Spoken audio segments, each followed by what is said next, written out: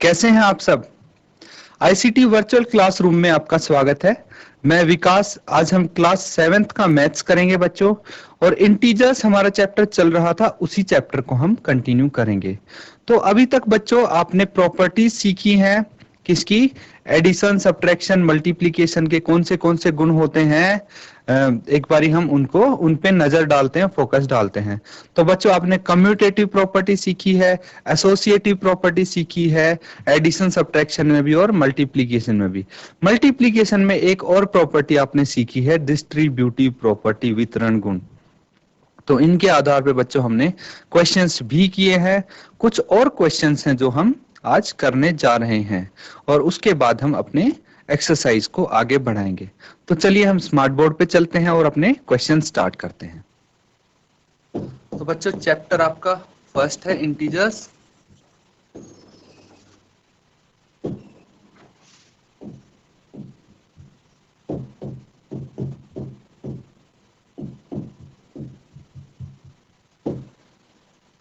यहाँ पे बच्चों हम एक क्वेश्चन कर रहे थे, उसी क्वेश्चन को हम आगे कंटिन्यू करने वाले हैं आज। तो कौन सा क्वेश्चन हमारा चल रहा था, मैं क्वेश्चन एक बार यहाँ पे रिपीट कर देता हूँ, लिख देता हूँ।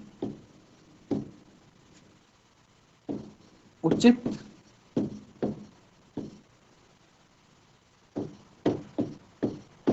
उचित गुणों का उपयोग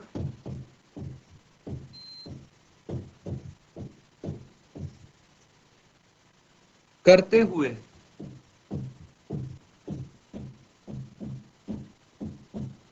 उचित गुणों का उपयोग करते हुए गुणनफल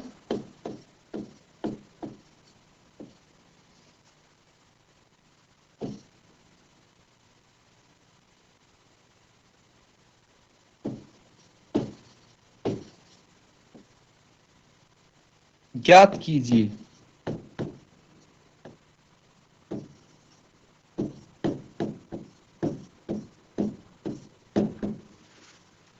तो बच्चों आपको क्या करना है, गुणनफल ज्ञात करना है, वो भी उचित गुणों का प्रयोग करते हुए। अब गुण बच्चों आपने सब सीखे हैं कि कौन से गुण यहाँ पे होते हैं, तो उन्हीं का आपको इस्तेमाल करना है और क्वेश्चन बच्चों सॉल्व करना है। तो देखिए इसका हमारा जो पार्ट आज हम करने वाले हैं वो है बच्चों -41 -41। इसको मल्टीप्लाई करना है बच्चों 102 से। किससे? 102 से यहाँ पे आप मल्टीप्लाई करेंगे। अब जरा सोचिए कि 102 से इसको मल्टीप्लाई करेंगे तो कितना समय हमारा लगने वाला है। हम 102 को लिखेंगे पहले, नॉर्मली अगर हम करते हैं 102 को, और फिर 41 को मल्टीप्लाई करेंगे, साइन हम बाद में लगा लेंगे। तो 1 से पहले पूरी टर्म को मल्टीप्लाई करेंगे, फिर 4 से करेंगे, और फिर उनको ऐड करेंगे। मल्टीप्लिकेशन का तरीका यही होता है, यही आपको आता है। अब आसान करने के लिए चीजों को हमने क्या किया, आसान करने के लिए, अगर ये 102 है, 102 है, इसको मैं क्या लिख सकता हूं? ध्यान से देखिए बच्चों, 102 को मैं क्या लिख सकता हूं? 102 को क्या मैं 100 + 2 लिख सकता हूं? भाई 100 में 2 जोड़ोगे 102 आएगा, तो मैंने इनको अलग अलग करके लिख दिया कि 100 + 2 102 हो गया। ठीक है, अब मैंने यहाँ पे क्यों लिखा, ये लिखने का कारण जानिए बच्चों। कारण सोचो कि ये चीज यहाँ पे क्यों आई। यहाँ पे देखिए, अगर ये चीज आई, इसकी वजह से मुझे यहाँ पे एक प्रॉपर्टी नजर आ रही है, और वो कौन सी प्रॉपर्टी है? वो है बच्चों डिस्ट्रीब्यूटिव प्रॉपर्टी। डिस्ट्रीब्यूटिव प्रॉपर्टी लगा के देखिए आप इसमें, क्या डिस्ट्रीब्यूटिव प्रॉपर्टी लगा पाएंगे हम? डिस्ट्रीब्यूटिव प्रॉपर्टी यानी वितरण गुण। तो इसमें बिल्कुल हम लगा सकते हैं। क्या होता था डिस्ट्रीब्यूटिव प्रॉपर्टी में कि जो 41 है, इसको हम एक बारी तो 100 से मल्टीप्लाई करेंगे, और फिर हम करेंगे 2 से मल्टीप्लाई, और इसको अलग अलग लिख देंगे हम। यही होता था। तो 41 को पहले 100 से मल्टीप्लाई करेंगे तो क्या आ जाएगा बच्चों, ये आ जाएगा -41 इंटू 100। उसके बाद क्या आएगा बच्चों, उसके बाद देखिए -41 को हमें 2 से मल्टीप्लाई करना है।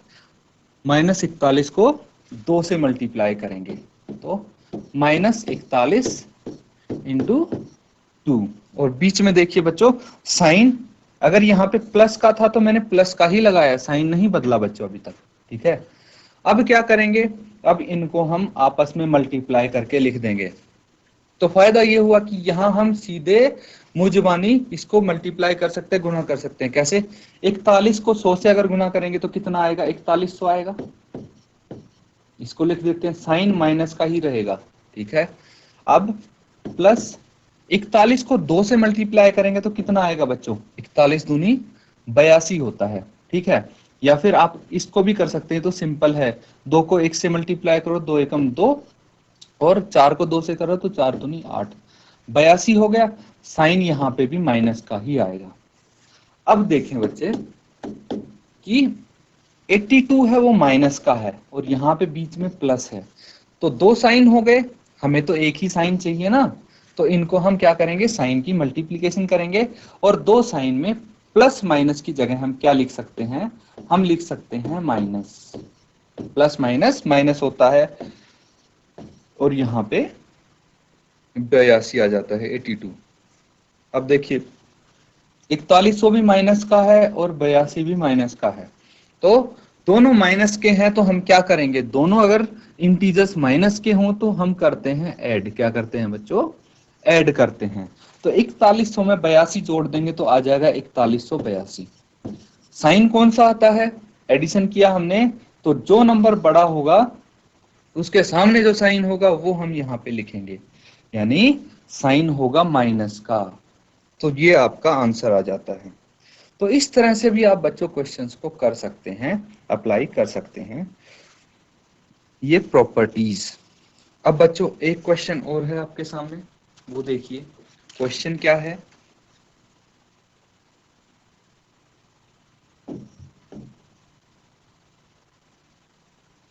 (625)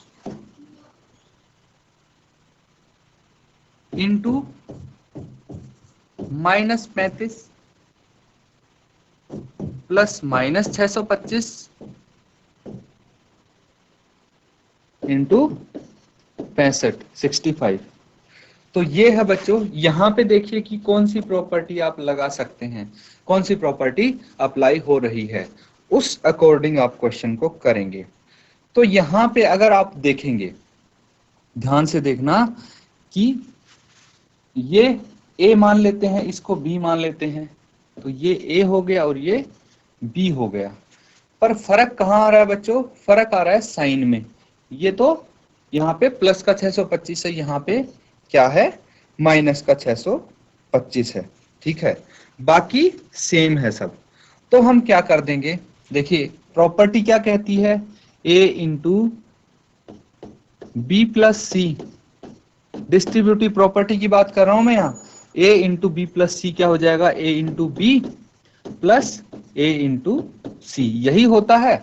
तो देखिए इससे मैंने क्या कर दिया, ये चीज मैं बनाने की कोशिश कर रहा हूं। यहां से ये a और ये a कॉमन आ जाएगा, तो क्या बच जाएगा, b और c ब्रैकेट में बच जाएगा। यही प्रॉपर्टी हम यहाँ पे लगाने जा रहे हैं। कौन सी प्रॉपर्टी बच्चों, डिस्ट्रीब्यूटिव प्रॉपर्टी।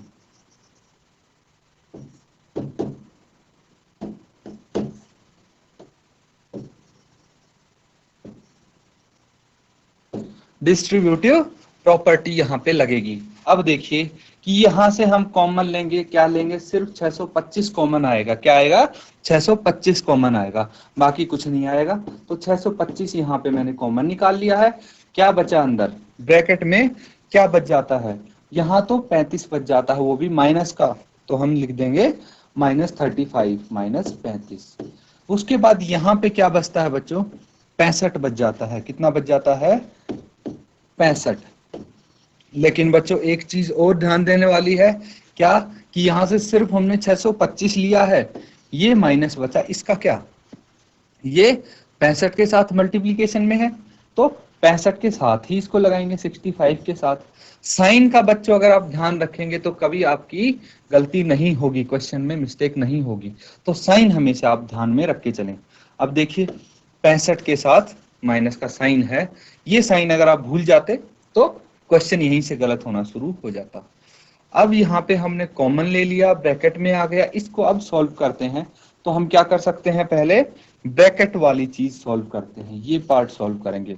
बोर्ड मास पढ़ा था, बोर्ड मास में क्या आया था कि ब्रैकेट सबसे पहले होता है, ठीक है, फिर ऑफ आता है, फिर डिवाइड, फिर मल्टीप्लाई, एडिशन, सब्ट्रैक्शन, ये था। तो ब्रैकेट पहले है तो ब्रैकेट को सॉल्व करेंगे भाई। 625 एज इट इज, 625 को हम ऐसे ही लिख देते हैं अभी। ब्रैकेट के अंदर देखिए क्या चल रहा है, ये माइनस का 35 है, 35 है।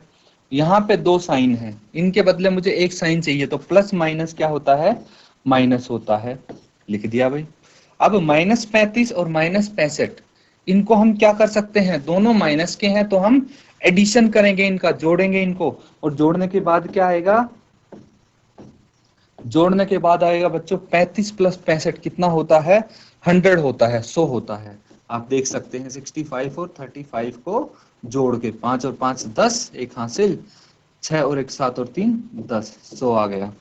तो यहाँ पे आप 100 लिखेंगे, और साइन कौन सा होगा, जो बड़े नंबर के साथ होगा, बड़ा नंबर 65 है, उसके साथ माइनस का है तो -100 यहाँ पे आएगा। अब क्या करना है आपको, अब सिंपली इसको 625 को और 100 को आप मल्टीप्लाई कर देंगे, तो कितना, 2 जीरो एज इट इज आ जाएंगे, 2 जीरो, ठीक है। और साइन कौन सा आएगा, 100 माइनस का है, 625 प्लस का है, तो प्लस माइनस माइनस आता है मल्टीप्लीकेशन के केस में बच्चों। तो ये आपका आंसर हो गया। अब देखिए इससे क्या फायदा हुआ, क्या एडवांटेज मिली।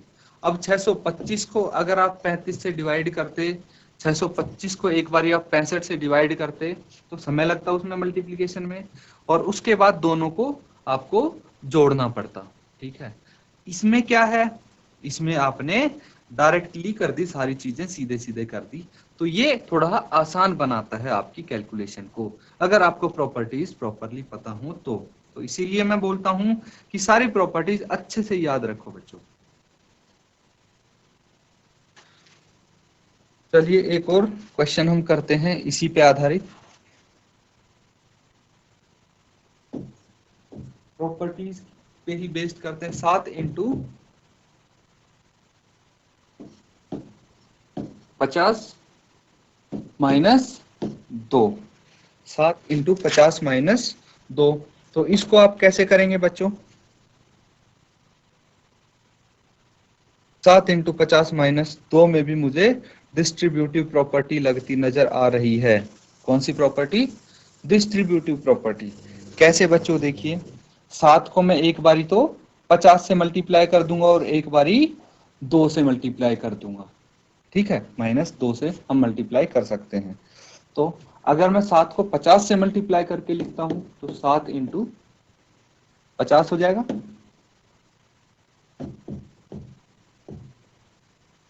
फिर +7 × -2, यही है डिस्ट्रीब्यूटिव प्रॉपर्टी आपकी। इसके बाद हम क्या करेंगे बच्चों, इसके बाद इनको आपस में मल्टीप्लाई कर लेंगे तो ये आसान रहेगा, ठीक है। 7 × 5 करना है हमें, क्योंकि 0 तो ऐसे कैसे बाद में आ जाती है, तो 7 × 5 कितना होता है, 35, 350 हो गया।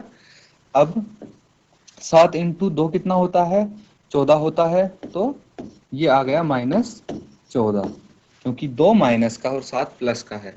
अब देखिए बच्चों, प्लस माइनस क्या होता है, माइनस होता है, तो 350 और -14, 350 में से 14 माइनस हो गए तो कितने बच गए, 336। ये आंसर है। कितनी जल्दी जल्दी आपके क्वेश्चन सॉल्व हो जाते हैं, ये चीज आप देखो, ठीक है। एक और क्वेश्चन है, -17 को आप मल्टीप्लाई करेंगे -29 से, तो ये फिर से आपका मल्टीप्लिकेशन अगर करेंगे एक्चुअल में हो जाएगा, पर थोड़ा टाइम लगेगा, टाइम टेकिंग है ये, इसीलिए हम इसको और सिंपल बना देते हैं। कैसे सिंपल बनाएंगे? डिस्ट्रीब्यूटिव प्रॉपर्टी से।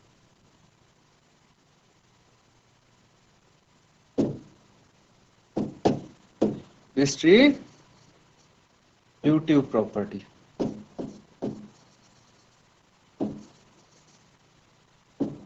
यहाँ पे डिस्ट्रीब्यूटिव प्रॉपर्टी कैसे लगेगी बच्चों? यहाँ पे देखिए -17 है, पता है हमें, ठीक है, -17 इंटू 29 है बच्चों। इसको हम क्या कर सकते हैं? इसको हम, अगर मैं लिख देता हूं कि -30 + 1, तो क्या ये -29 बनता है? बिल्कुल बनता है बच्चों, ठीक है, क्योंकि मैंने यहाँ पे -30 में 1 ऐड किया है। तो इसको आप अगर देखें तो इसका रिजल्ट क्या आएगा? 30 माइनस का है, 1 प्लस का है, तो माइनस प्लस माइनस होता है, यानी सब्ट्रैक्ट करेंगे हम, और 30 में से 1 गया, 29 बचा। साइन कौन सा आएगा? जो बड़े नंबर का होगा, यानी माइनस आएगा। तो इस तरह से इनको हम क्या कर सकते हैं? इनको डिस्ट्रीब्यूट कर सकते हैं। अब 17 को हम क्या करेंगे? जैसे प्रॉपर्टी में करते हैं, एक बार इसके साथ मल्टीप्लाई किया और एक बारी 1 के साथ मल्टीप्लाई किया। अब आगे हम -17 को -30 से मल्टीप्लाई कर देंगे, प्लस -17 को 1 से मल्टीप्लाई कर देंगे। ये थोड़ा आसान रहेगा मल्टीप्लीकेशन में, क्योंकि 0 तो ऐसे ही आएगी और 17 ये 51 हो जाता है। साइन माइनस माइनस प्लस का रहेगा बच्चों। इसी तरह 17 एकम 17 होता है, वो भी माइनस का, तो ये आपका 17 आ जाता है।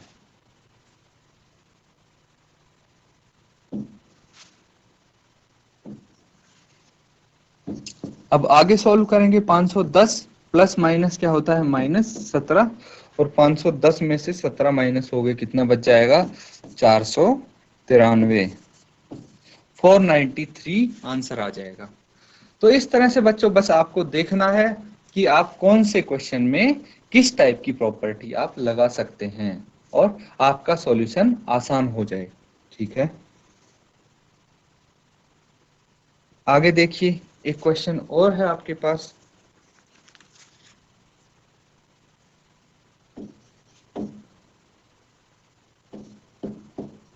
-57 57 इंटू -19 प्लस 57। तो यहाँ पे आप कौन सी प्रॉपर्टी लगा सकते हैं, ये यहाँ पे देखना पड़ेगा। तो मुझे तो यहाँ भी डिस्ट्रीब्यूटिव प्रॉपर्टी लगती नजर आ रही है। कैसे नजर आ रही है बच्चों? यहाँ पे अगर मैं ये बोलूं कि -57 को 1 से मल्टीप्लाई कर दो, तो कुछ चेंज होगा इसमें? कुछ बदलेगा? नहीं बदलेगा, क्योंकि आपको पता है किसी भी नंबर को 1 से मल्टीप्लाई करेंगे तो वही नंबर आ जाएगा। तो इसीलिए कोई फर्क नहीं पड़ता, आप 57 को 1 से मल्टीप्लाई करके अगर लिख देते हैं तो। अब देखिए यहाँ पे अगर मैं डिस्ट्रीब्यूटिव प्रॉपर्टी लगाऊं तो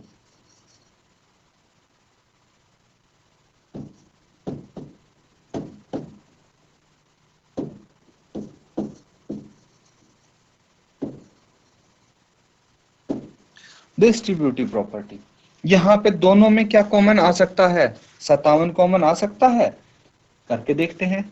देखिए अगर 57 को हम यहाँ पे कॉमन लेते हैं, 57 को कॉमन लेते हैं, तो यहाँ पे 57 की जगह क्या बच जाएगा बच्चों? 1 बच जाएगा, वो भी माइनस का, और यहाँ पे -19 बच जाएगा। तो -1 इंटू -19 कितना होगा? 19 हो जाएगा बच्चों, वो भी प्लस का, क्योंकि मल्टीप्लाई में क्या होता है, दो नंबर को अगर मल्टीप्लाई करते हैं, दोनों पे साइन माइनस के हैं, तो आंसर में साइन प्लस का आएगा। फिर प्लस क्या करेंगे हम?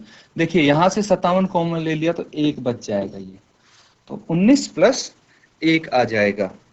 अब तो कितना सिंपल हो गया बच्चों, ये 57 एज इट इज, और 19 प्लस 1 यहाँ पे 20 हो जाएगा, फिर 0 और 7 दूनी 14, 1 बच गया, और 5 दूनी 10 और 1 11, तो 1140 यहाँ पे आंसर आ जाता है। तो देखिए कितने सारे क्वेश्चन हमने प्रैक्टिस किए, कितने सारों में डिस्ट्रीब्यूटिव प्रॉपर्टी लगी, तो आप देख पा रहे हैं कि प्रॉपर्टी लगाने के बाद हमारा कैलकुलेशन कितना आसान हो जाता है। बस यही एक कारण है कि हम प्रॉपर्टी का इस्तेमाल क्वेश्चन को आसान बनाने के लिए करेंगे बच्चों। क्या बनाने के लिए? आसान बनाने के लिए करेंगे। ठीक है, अब बच्चों एक क्वेश्चन और करते हैं, बिल्कुल ऐसा ही क्वेश्चन होगा, वो इसी से रिलेटेड होगा। देखिए आप, एडिशन सब्ट्रैक्शन यही चीजें इसमें भी आने वाली हैं। थोड़ा सा क्या है इसमें, आपको लैंग्वेज बेस्ड क्वेश्चन है ये। किसी हिमकरण यानी ठंडा प्रक्रिया में तो कमरे के तापमान को 40 डिग्री से लेके 5 डिग्री प्रति घंटे की दर से कम करने की आवश्यकता है। इस प्रक्रिया के शुरू होने के 10 घंटे बाद कमरे का तापमान क्या होगा? क्वेश्चन को बच्चों ध्यान से समझिए, जब तक क्वेश्चन नहीं समझेंगे तब तक सॉल्व करने का कोई फायदा नहीं है। तो आप पहले क्वेश्चन को ध्यान से समझिए और इमेजिन कीजिए, अपने दिमाग में सोचिए कि क्या चल रहा है, क्या बोलने की कोशिश कर रहा है। तो कोई कमरा है हमारे सामने, एक कमरा है, उसको क्या करना है? ठंडा करना है। अभी उसका तापमान कितना है? कमरे का तापमान अभी तो 40 डिग्री सेल्सियस है। कितना है बच्चों? 40 डिग्री सेल्सियस है। लेकिन बोला गया है कि हर एक घंटे में 5 डिग्री सेल्सियस कम होता जाएगा। मान लीजिए कि 3 बजे अगर उसका टेम्परेचर 40 डिग्री है, कितना है? 40 डिग्री है, तो 3 PM पे है बच्चों ये। अगर 4 PM पे हम देखेंगे तो कितना हो जाना चाहिए? 5 डिग्री कम होना चाहिए बच्चों। तो 40 से 5 डिग्री कम कितना होगा? 35 डिग्री होगा, 35 डिग्री सेल्सियस होगा। और अगर हम 5 बजे देखेंगे तो कितना होना चाहिए? 5 बजे देखेंगे शाम को तो होना चाहिए 35 में से 5 और कम हो जाएगा, यानी 30। इस तरह बच्चों हर घंटे 5 डिग्री घटता जाएगा, कम होता जाएगा तापमान। ठीक है, अब देखिए ऐसे कैलकुलेट करेंगे तो हम कर सकते हैं, 10 घंटे बाद की तो बात है, लेकिन समय बहुत लगने वाला है हमें। तो हम क्या करेंगे, इसमें हम अपने एडिशन करना है, सब्ट्रैक्शन करना है, वो हम देखेंगे।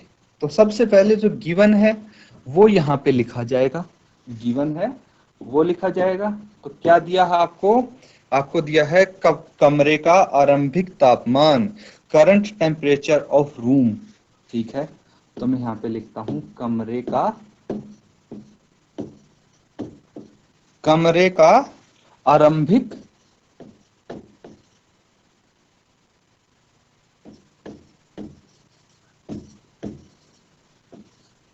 कमरे का आरंभिक तापमान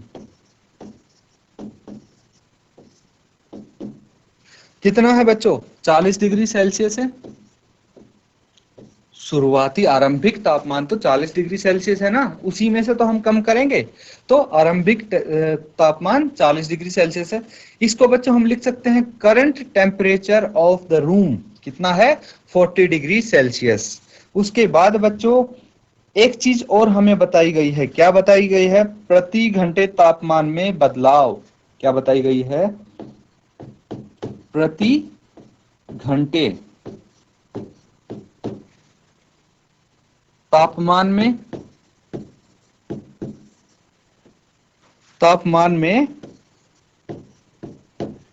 बदलाव। तो तापमान में प्रति घंटे कितना बदलाव हो रहा है ये भी आपको दिया गया है, 5 डिग्री प्रति घंटे की दर से। लेकिन एक चीज यहाँ पे खास ध्यान रखना है आपको कि कम करने की आवश्यकता है। कम मतलब माइनस हो रहा है, घट रहा है, कम हो रहा है।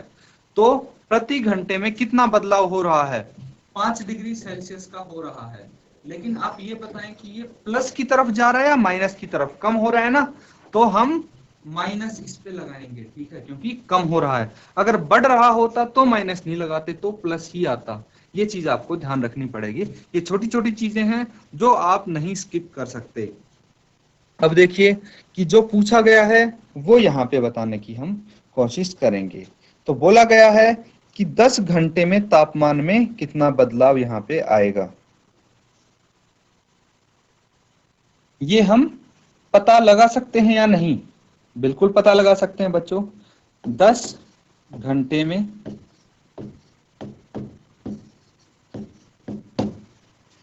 10 घंटे में तापमान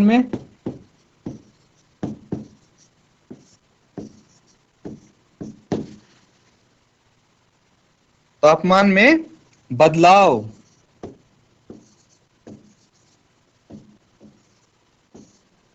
तो बच्चों बताइए कितना होगा तापमान में बदलाव? 10 घंटे का पूछा, 1 घंटे का हमें पता है, 1 घंटे का कितना है? -5 डिग्री सेल्सियस।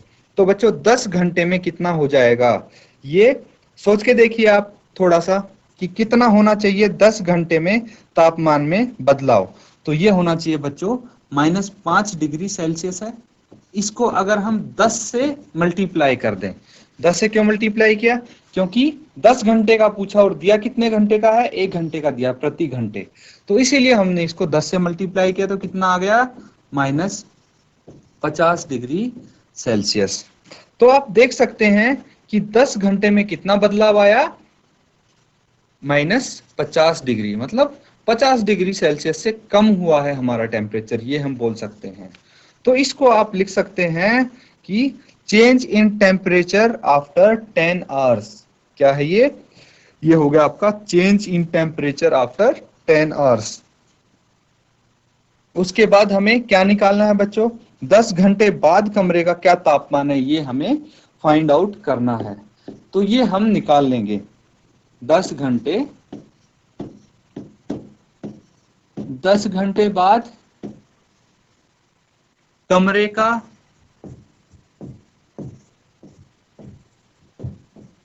10 घंटे बाद कमरे का तापमान।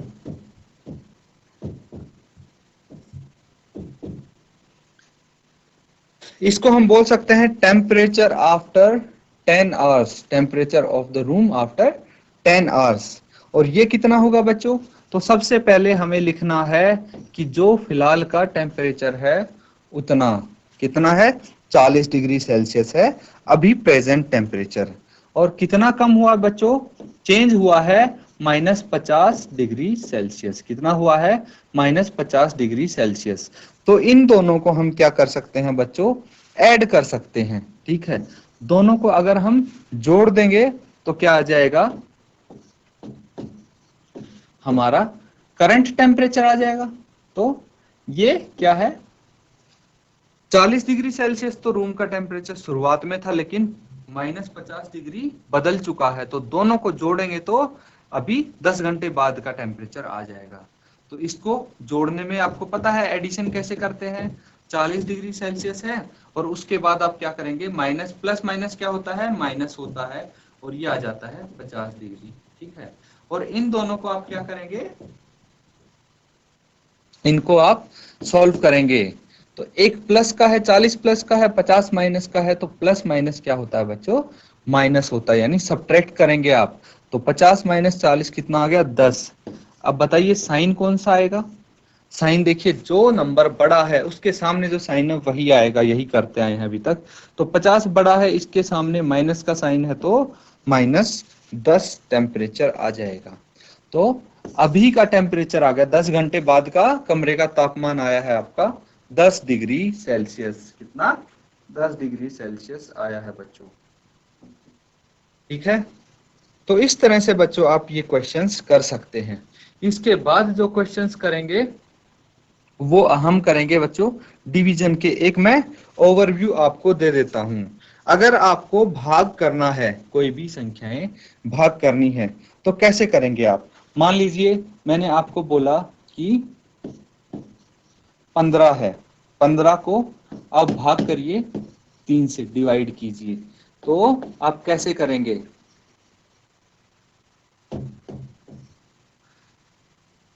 तो इसमें बच्चों दो तरीके हो सकते हैं। एक तो आप लिखें 15/3। ठीक है, 15/3। इसको आप कैंसिल आउट कर दें, 3 एकम 3 और 3 पंचे 15, तो आंसर आ जाता है 5। या फिर आप कर सकते हैं दूसरे मेथड से। दूसरा मेथड क्या है? दूसरा मेथड इसका ये हो सकता है बच्चों कि 15/3 है, तो जो ये डिवीजन है इसको हम मल्टीप्लिकेशन में बदल सकते हैं, पर 3 का हमें क्या करना पड़ेगा? रेसिप्रोकल। और रेसिप्रोकल मतलब होता है बच्चों व्युत्क्रम। क्या होता है? व्युत्क्रम। तो इसका व्युत्क्रम करना पड़ेगा, रेसिप्रोकल करना पड़ेगा, उसके बाद इन दोनों को हम मल्टीप्लाई कर सकते हैं। तो देखिए एक डिनोमिनेटर में है एक न्यूमरेटर में है, ये दोनों कट जाएंगे तो 3 पंचे 15, आंसर फिर भी 5 ही आया। तो डिवीजन हम इस तरह से परफॉर्म कर सकते हैं बच्चों। तो आगे आने वाले जो क्वेश्चन है हमारे वो हैं डिवीजन के। तो बच्चों आज के लिए हम बस इतना ही करेंगे। जो भी हमने क्वेश्चंस यहाँ पे प्रैक्टिस किए हैं उम्मीद है आपको समझ में आए होंगे। तो आप जो भी क्वेश्चन यहाँ पे करते हैं दोबारा जरूर उनको रिपीट कीजिए, रिवाइज कीजिए, तभी आपको अच्छे से आ पाएंगे। इसी के साथ आज का लेक्चर हम खत्म करते हैं। Thank you and have a nice day.